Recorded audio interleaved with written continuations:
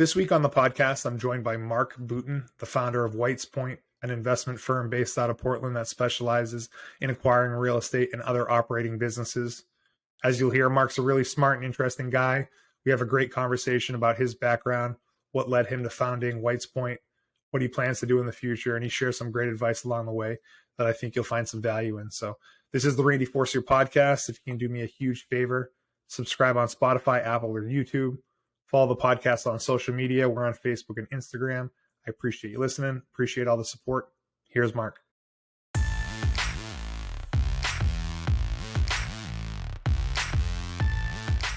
You are a guy that's been in business for a couple of years now as the owner and founder of WhitesPoint. Want to get to what that is, but before we do, I want to hear a little bit about your background. I want to know if you've always been an entrepreneurial guy, and catch me up to speed.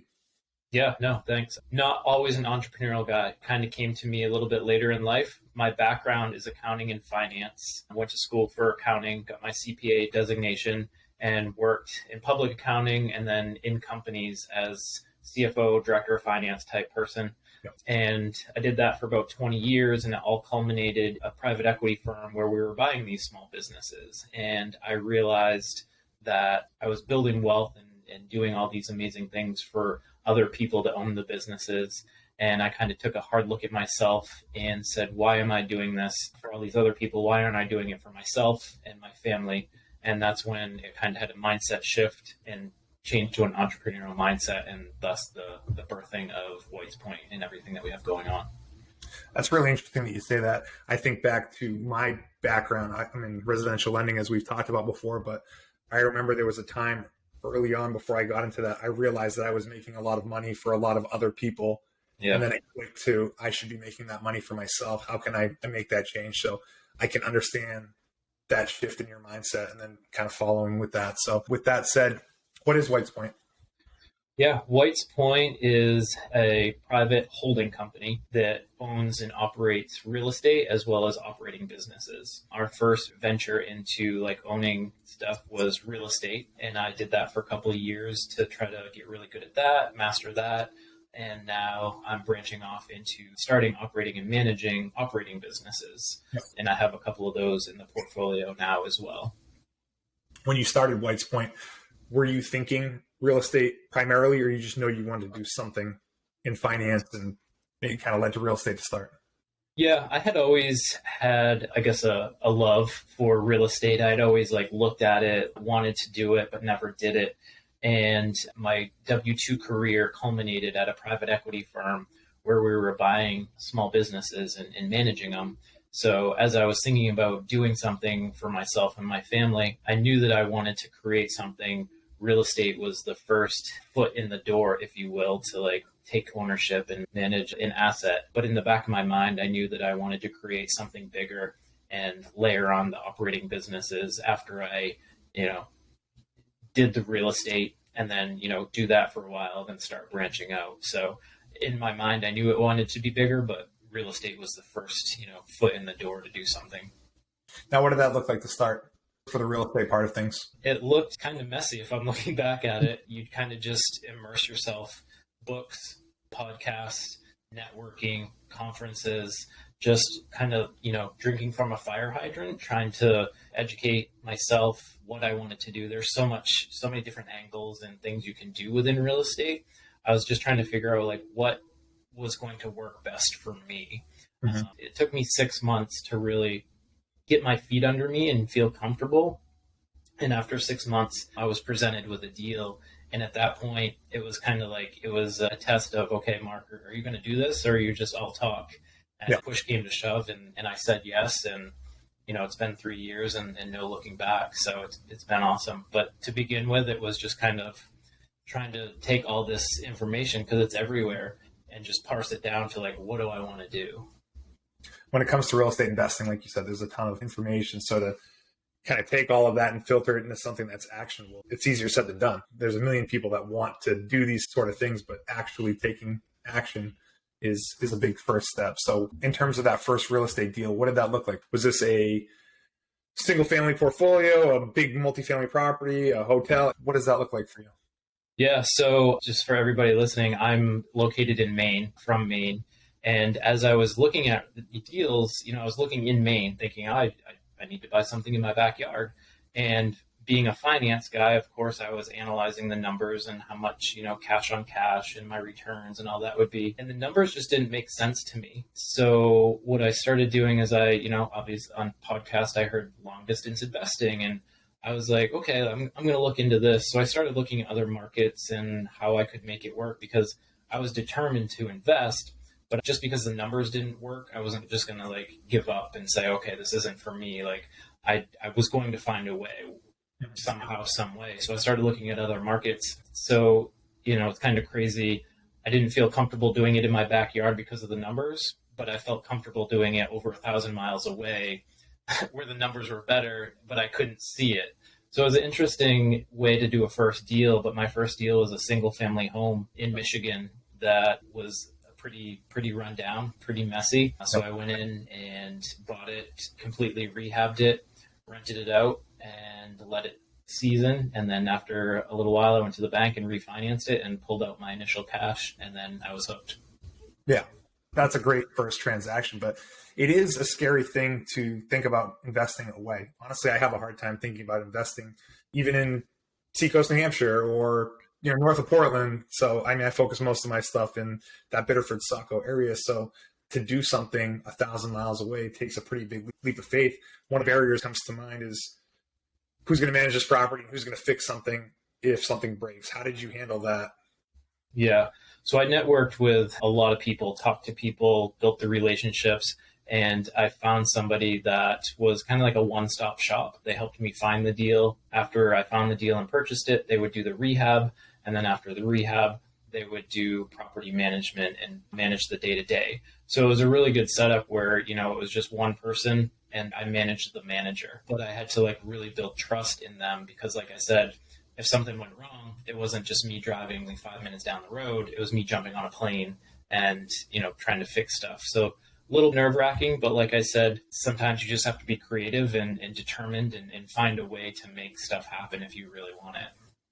Yeah, and I applaud you too, because the numbers in Maine are not good. We've talked about this, and it's a market that I continue to explore, and I look at the numbers and what people want for their properties, and just it doesn't add up. So when you talk about finding a way, and that way leading you to Michigan and to other parts of the country, I think it's awesome. What have you learned through that you would give to people as advice? The first thing is, if you're in a market that the numbers are really tight and aren't working for you, don't let that be a hindrance or let that stop you, because there's going to be challenges along the road, no matter if you're in a market that's overpriced or hard to make deals work and you have to go long distance. So keep in mind that there's always going to be challenges, and you're just going to have to be creative and find a way to make it work. Advice for investing long distance: make sure you really, really build great relationships and you have confidence in the person or the people that you put on your team, because there's going to be a lot of stuff that pops up and you don't want to have any doubt in the back of your mind that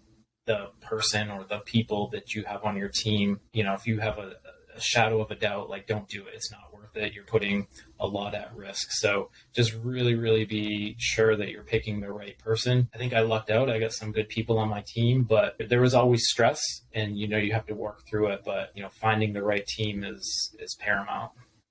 Have you had any tough experiences with finding people to be on your team in the market that you've done business in? Yeah, it's always a challenge. I find people and I work with them, and there's good times and there's bad times. So luckily, overall, I've done well and found good people to partner with. But there's been challenging times where things were not going well, and ultimately I ended up selling assets because it was taking up more mental capacity than I wanted, and plus the assets were they were stabilized, and I was ready to move on to other things. So a combination of things culminated, and I ended up selling. But it's not worth the stress if you're going to worry about the person a lot. Yeah. It's good in that case to just cut the cord and move on, cash out. And I, for a while I was thinking, that I failed, or that I power through, make it work. Real estate's a long game. But I realized I really sat with it, and I was like, what? This is taking up more mental space than it's worth. So I just need to cut the cord and be done and move on to something bigger and better. And it actually, after I did that, I felt the sense of relief, like a weight lifted off my shoulders. So in that sense, it was a good decision. Yeah, definitely. Now, before we get to the operating business aspect of WhitesPoint, I just want to talk a little bit more about the real estate side. Yeah. You've gone on to add more real estate to the portfolio under WhitesPoint. Do you Correct. see yourself doing that as part of the business moving forward, or have you fully shifted? No, I'm definitely continuing to, I've added over the years, and I'm definitely going to continue to add. So from that first single family home, I realized very quickly that I wanted to do bigger deals just because there's, power and scale in bigger numbers. So my first year, I stayed in, the 4 under units. I did a single family, a duplex, another single family, and then a triplex. Yep. And that was great. But going into the second year, I knew that, okay, I wasn't an expert, but I wanted to do something bigger. So I slowly started to scale up. So the second year, I got into a 9 unit.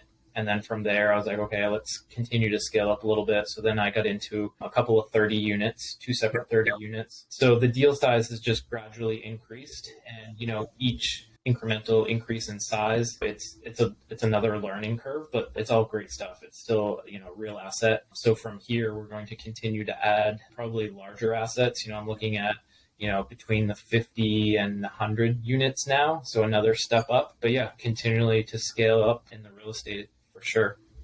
How easy or hard is it to find those type of projects, 50 to 100 unit? Where would you even begin to look? Is it just word of mouth, connections in certain parts of the country, or are you looking at different websites, or how's it? Kind of all of the above. I think the most success that I've had is through networking and connections and word of mouth. I don't think, actually looking back at my portfolio, nothing that we've bought has been like listed on, Zillow or Realtor or LoopNet or anything like that. It's always a connection being, hey, Mark, I know you're looking for X, Y, and Z. I know of this property, and then we take a look. So I can't stress enough the importance of building a network and relationships, because all of my deals have come that way and not like scrolling through, a website with listings. The people that I know that have had the most success in real estate investing have gotten a majority of their deals through word of mouth. And anything that hits the market is probably overpriced, or you're going to have to compete with a bunch of people. And it's that word of mouth stuff that goes a long way. Yeah. By the time it hits the market, you can be sure that it's been flown by a lot of investors' radars and they've all passed on it. So now it's being listed. Getting started, I was always like, how do these people get like these pocket deals or off market? But now I know it's building the relationships. It's nothing more than talking to people, having coffee, lunch, Zoom meetings, whatever it takes, just build a relationship. But you have to also tell people what you're looking for too, right? You have to be kind of clear what you're looking for. Like, hey, I invest in real estate. I'm looking for these types of things. And I think that there's a level of teaching people what you're looking for too. Exactly. Totally agree. So moved on a little bit from real estate, and now you are purchasing businesses to improve their operations efficiency, become more profitable. What's that been like? Yeah, so it's another vertical, I guess, if you will. And I'm taking the same type of approach in the businesses that I took in real estate. So my real estate methodology is value add. So I would, find a property that is, mismanaged, deferred maintenance, some type of area where I can improve efficiencies and therefore, increase cash flow and then by default increase the value. Doing the same thing in operating companies, looking for companies that are operated inefficiently. There's, processes that can be implemented, cost reductions from the expense side, increased billing rates, and taking a look at those companies and just identifying good opportunities and bringing those into the portfolio and doing the same type of thing, improving it, and thus, increasing the value and driving the value up for everybody that's involved. Yeah. So one of those entities is a bookkeeping and tax company? Correct. Yep. I actually, so I either buy or I start. And because I have a background in accounting, I was like, well, why not, start a bookkeeping and tax company. So I started Slate Consulting about a year and offering full service bookkeeping to businesses, as well as business tax returns, as well as personal tax returns. And at the end of 2022, we did 3 acquisitions. So just like a real estate transaction, we identified some, companies that similar companies, bookkeeping or tax, that were ready to sell and the owners wanted to retire. So we acquired those and wrapped it into the Slate consulting, system. And now we're driving growth via organic and or more acquisitions. Yeah. So you get to their book of business, you have your client base. I assume that there's some level of metric that needs to be hit in terms of retaining those people's clients as part of your agreements, I assume? Correct. Yeah. So all of the businesses that we acquired, there's a retention clause after the first 12 months. And then at the end of the first 12 months, we measure actual retention versus, what we put in the purchase and sale agreement. And then there'll be a clawback if it drops below certain percentages. So yeah, we have to protect ourselves that way because, the risk of buying a business, any business, is that customers don't follow. And then you're buying an asset that has no value. There's not like a central office for Slate, right? You could work with any accounting firm in the country in terms of acquiring them, right? Correct. Yeah. So right now, I'm in an office right now, and we have a couple office locations in Maine, but I service clients throughout the U.S. I have a bunch in New England and I have a couple of, out of New England. The power of technology and Zoom does allow me to service anybody, whether it's right next door in an office here in Maine or anywhere. Technology is pretty amazing. And the good thing that came out of COVID was it did teach a lot of people that you can do business from anywhere. It doesn't have to be in your backyard, which has expanded the population that I can work with from a bookkeeping and tax perspective for sure. Now, when it comes to WhitesPoint's future moving forward, where do you see things going? Is it more tax and bookkeeping companies? Is it other types of industries that we haven't even discussed yet? What do you think the future holds? I think there's a very bright future for WhitesPoint. There's going to always continue to be the real estate. That's a mainstay. That's a longer term. These are all longer term investments, but definitely real estate is a longer term investment. For the operating businesses, there's obviously Slate Consulting. And I do have two other operating businesses in the portfolio. One is a residential trash and recycling service company. And then I'm also working on bringing in a plumbing company into the portfolio. So there's opportunity to grow each one of those individual businesses via organic growth as well as acquisitions. And then there's other industries that I'm interested in bringing in. I really like the service industries, plumbing, heating, HVAC, professional services, tax, bookkeeping, payroll services, those type of industries. And the cool thing about those is, there's an aging population of baby boomers that are retiring every day that have businesses that, some of them don't even know that there's value there, but there's significant value in the businesses they've built. So I'm working to identify people that are ready to retire and help them achieve that goal and bring their businesses into the portfolio. I mean, you're probably right. I would think some people that have just been doing plumbing their whole life or being an electrician their whole life don't realize that they have this book of business that has value if they can transfer that to someone like yourselves. But with plumbing or any of the trades, that's different than the bookkeeping, the tax planning, where that can truly be done remotely. Like plumbing, electrician, or any of those other businesses are boots on the ground in the community. So how does that work? Are you trying to focus on a certain community for those types of companies that you would acquire? Or actually, it's because I've invested long distance in real estate. I'm not scared to invest in companies long distance. So the plumbing companies we're speaking of is actually in Massachusetts. So it's not right in my backyard. So same type of situation is, you identify the companies and you identify a general manager type individual that can run the day-to-day operations while, sitting at, quote unquote, WhitesPoint corporate, I can help them from financial perspective, accounting, back office, administrative, layering in KPIs and some metrics for them to improve the business upon if I have a really strong operational person in the business running the day-to-day. Do you need that person first, or do you see the plumbing company as the potential, then find the general manager? Because it would scare me to be like, okay, I have this company now, I got to find a general manager. But if you have that person first, then you can kind of do it the other way around. Yeah.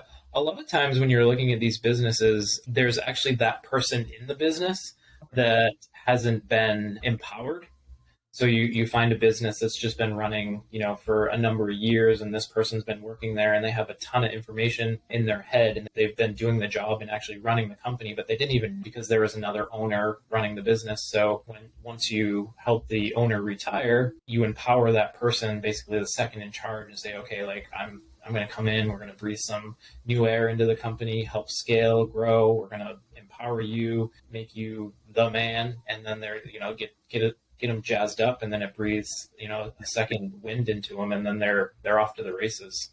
So that's part of the identification process for you if the company has that person, right? If it truly was a one-man show, it'd probably be a little bit harder. But right. If it was something that person existed, I assume it's easier. Yeah. And then as we get going, you have one plumbing company that's up and running, and there's, employees there, and then you either do a tuck-in acquisition into that you could leverage other people, or there's some like a rock star at one of them that you make a general manager over 2 locations. But coming back to how we started, it's all about finding the people that you have confidence in to run, whether it's a real estate asset or an operating business asset. How's the trash pickup? Trash pickup is pretty easy. We started in Maine. It's kind of in our backyard. We serve southern Maine. You go right online. We're focusing on customer service and making it easy to do business with us and being very reliable. We pride ourselves in amazing customer service. So you can go right online, pick one of our programs, sign up. We'll schedule your day to pick up, and we do trash and recycling. We come by. We put you on a specific day. Come by, pick up your trash. You can count on us, and if you have a problem, reach out and we take care of it. What's the name of the company? Mainly Trash. Mainly Trash. Yeah. Focusing on rural communities, I assume, right? I didn't even know how it works. I'm living in Biddeford, business in Saco. Trash pickup is just part of owning property there, but are you focused on rural towns that doesn't have trash pickup? Yeah, basically, we started in Cape Elizabeth because Cape Elizabeth doesn't have like a town pickup or anything. So me and my business partner, we started there, and now we're gaining traction in Portland, believe it or not, with a lot of people that own multi-units because they find issues with the tenants and trash collection from the city of Portland. So we're gaining traction with the rental or the investment community there, working with them, short-term rentals as well as long-term rentals. That makes me think so in Biddeford, for example, I think if the building's bigger than 4 units, they won't even do city pickup. You have to get dumpsters for the properties that I own. It makes me think that there's an opportunity for you in the investment community on that front where other towns might have those same type of rules. Have you encountered anything like that in any of the other towns you do business in? Yeah, I don't know all the towns like rules as far as dumpsters and trash. I know specifically for Portland, owners are reaching out to us because what they're seeing is sometimes the tenants aren't, very good at putting the trash out on trash day, and therefore trash builds up and they get pests and insects, and that's not good, especially during the summer. So what we do is we just get an understanding from the owner, like where are the trash cans like on a regular basis. It doesn't have to be street side. Usually it's along the building, which our drivers and operations just go pick it up. So really, it makes it easier. Yeah, it makes it easier for the owners to not worry about trash accumulating or anything like that, and they don't have to rely on the tenants putting their trash out. It's just kind of like we come, and wherever they normally keep the trash, the drivers pick it up for them. That's great. Tenants are so bad with trash. I feel like all the buildings that I own, like the trash can area, it's always just so messy no matter what you, but I guess if you stay on top of it a little bit and pick it up, maybe they'll get the idea. But that's interesting. So you're using the tenants' existing trash cans, not trash cans provided by Mainly Trash. Correct. As of right now, yeah, because usually the owners, as of right now, they have they supply the trash cans to the tenants. Yeah. And they're usually city trash cans, so they're very nice. So you're happy to grab city trash cans? Yeah. Wow. Yep. That's a cool idea. Yeah. So we're continuing to gain traction in that community, as well as short-term rentals. You have tenants in there every week, so serving the short-term rental owners. How does WhitesPoint interact with the general public? Is there an opportunity for people to invest in these type of things through WhitesPoint, or is this just kind of your own thing? This is what you're doing. How does that part work?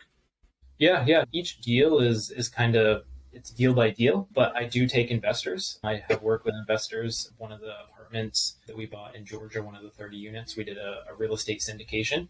So we raised capital from friends and family in our network. And then as, we continue to grow, obviously it's going to take, more capital and people involved to continue to grow this. So I'm always looking to network, whether it's, somebody that's looking to invest or, whether it's an owner looking to sell or anybody that just wants to have coffee and chat. Yep. Before I let you go, because I think it's very cool how you're in all of these different businesses, whether it's real estate, trash, bookkeeping, whatever the case may be, what advice would you give to anybody thinking about starting their own business? Is there anything you tell people specifically? Yeah. One thing I always tell people is to get really clear on your why and your motivation, because it's going to be hard. It's challenging. There are days that are, you're on the highest of highs, and then there are days that you're on the lowest of lows. And it's uber important that on the days that you're on the lowest of lows, that you know why you're doing it, and just to keep that vision crystal clear and always in front of you, because you will be challenged, but just know that you'll get through it. You'll get to the other side, and on the day of the highest highs, it's going to make the low days seem, really worth it. So just get really clear and just dedicate, make a decision and go with it. No regrets. That's great advice, man. Thank you for sharing. Yeah, of course. So love seeing all the success that you have. Learned some new things today that I didn't even know, some companies that you were involved in. I look forward to hearing about WhitesPoint's growth and what you do next. So appreciate you coming on. Yeah, thanks for having me, Randy. This was great. Awesome, bud. We'll do it again sometime.